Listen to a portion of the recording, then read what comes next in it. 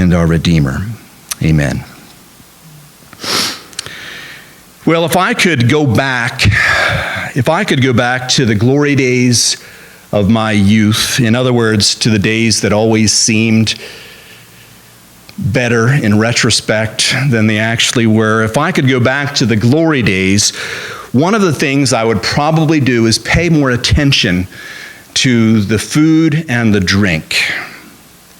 The food and the drink. And if I could somehow combine all of my favorites, right, I'd have a meal that consisted of the richest clam chowder with the most succulent clams.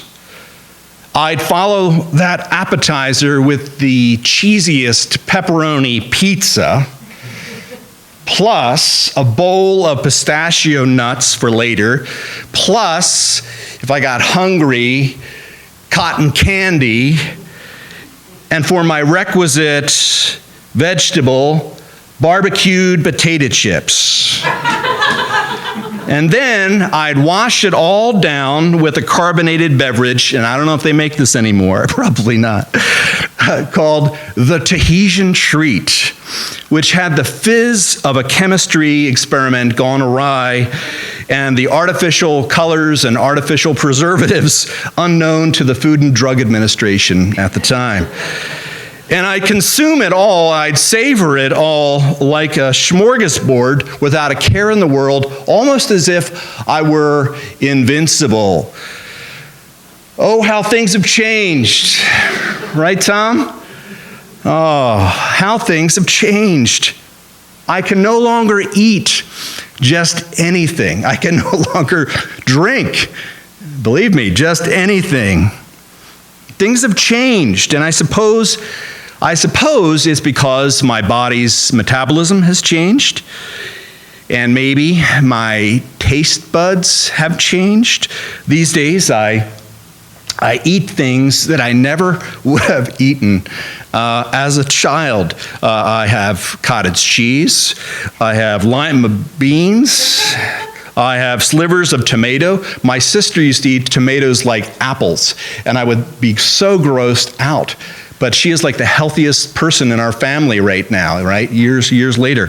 But so now I eat slivers of tomatoes. I have spinach, feta cheese. I don't even think I knew feta existed, but I eat feta cheese and yogurt, and the list goes on, right? It goes on. And those things don't even include what I drink, right? I've taken up the habit of now putting bananas and watermelon and pineapple in a blender, right? And I blend it all together and I drink juice every day, every morning now, right? Never used to do that, just black coffee. Okay.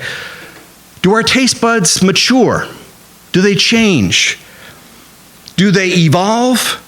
Do they devolve? Right? And what about our spiritual tastes, right? Are there things that we can eat and drink that somehow lead us into more intimate relationship with God and one another? I like to think about what was going on the year the grapes were growing, says the female lead character in the 2004 film Sideways. Has anyone ever seen Sideways? I like to think about what was going on, how the sun was shining. If it rained, I think about all the people who tended and picked the grapes.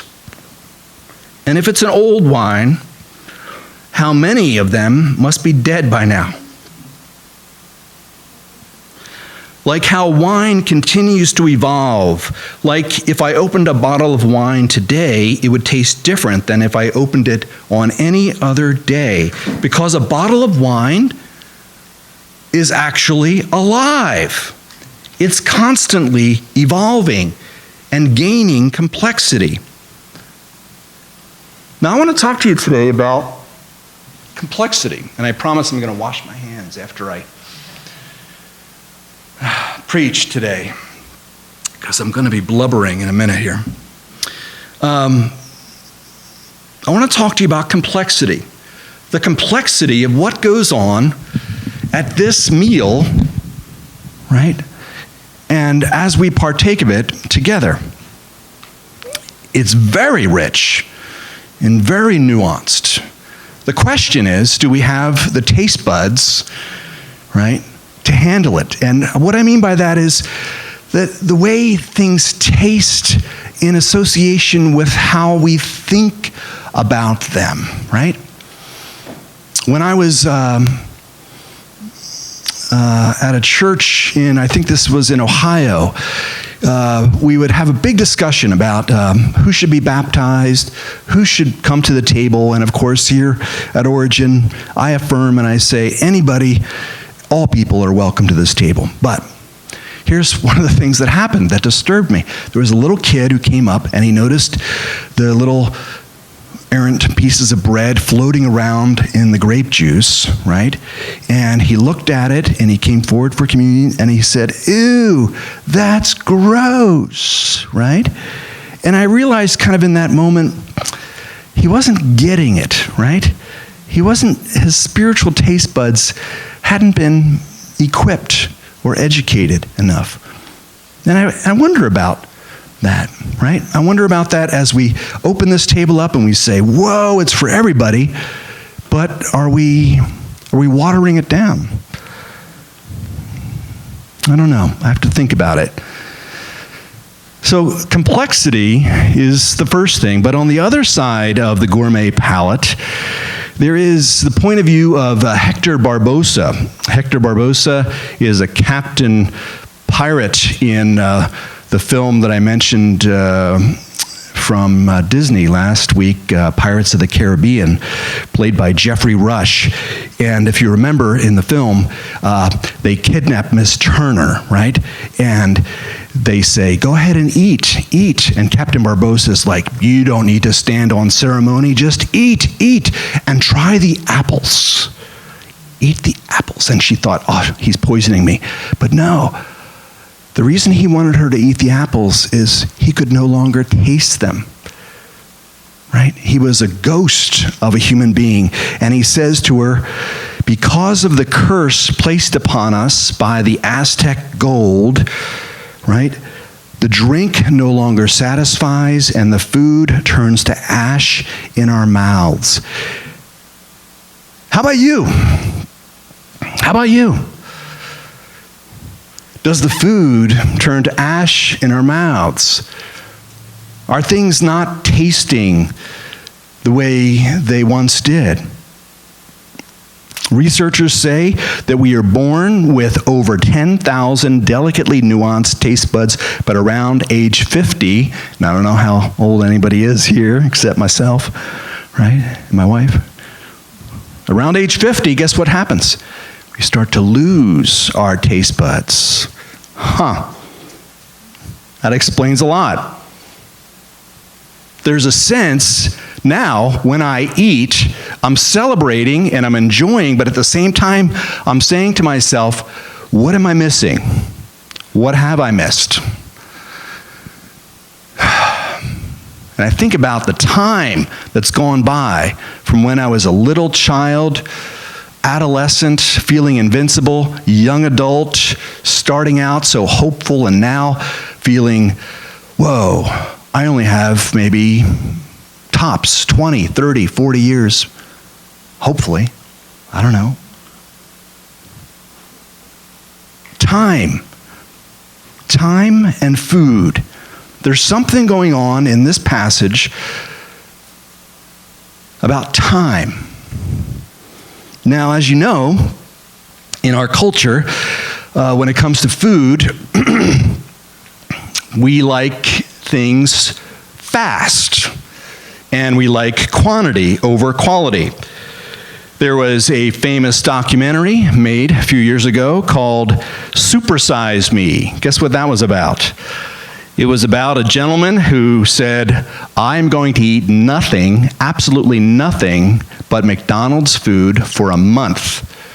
And his girlfriend left him, and he developed heart palpitations and problems, and he said this in the midst of the documentary.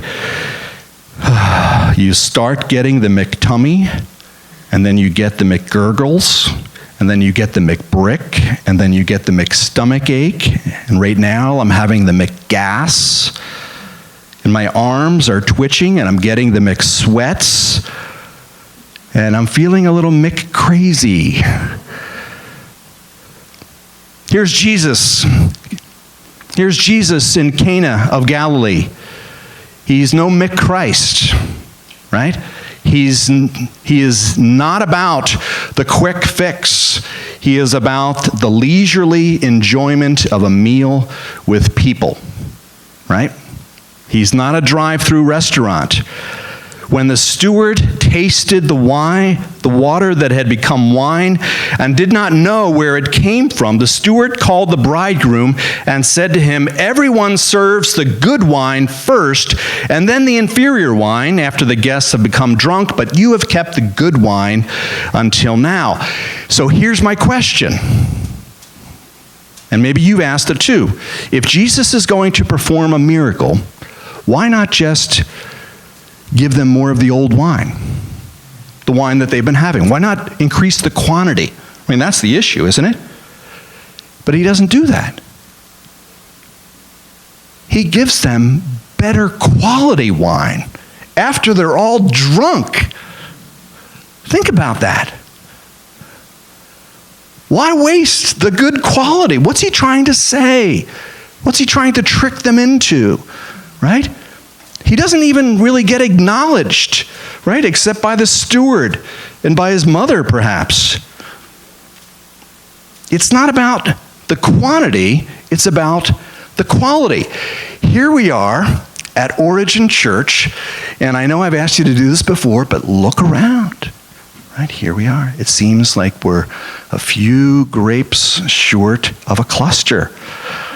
Not to refer to you as grapes. But it is okay, yeah, but what's the deal? What's the deal?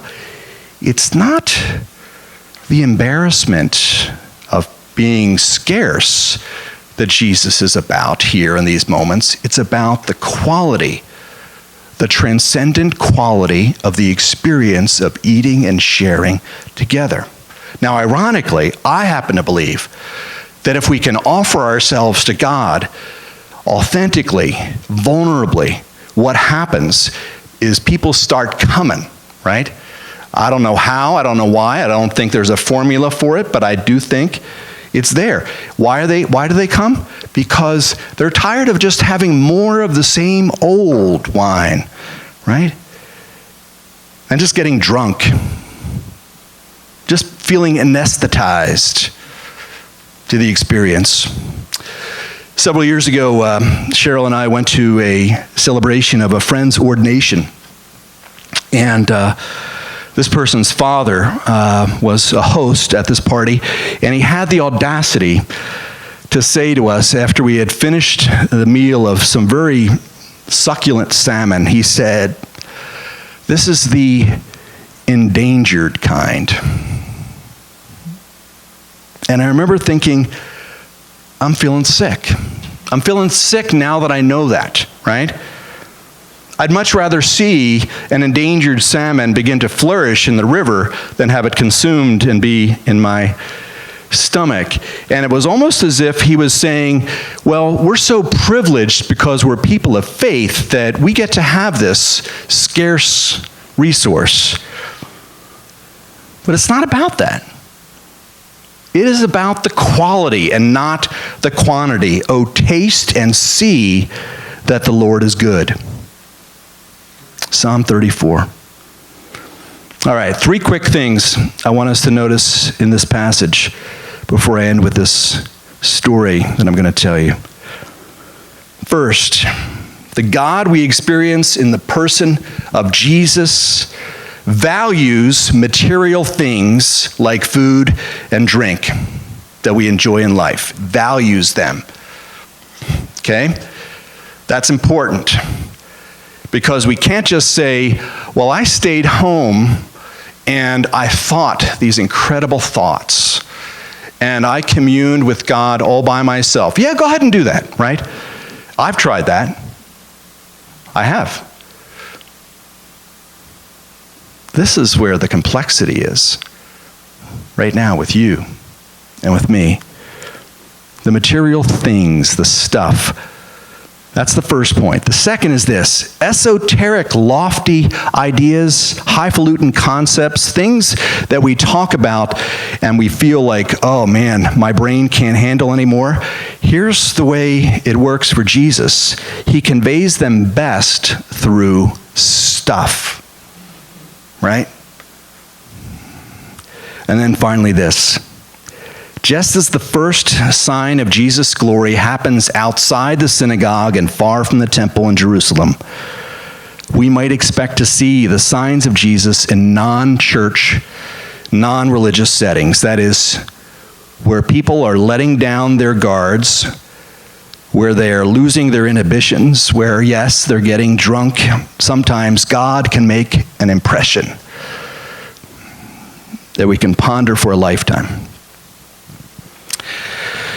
There's a famous writer, Raymond Carver, who wrote a story in 1983,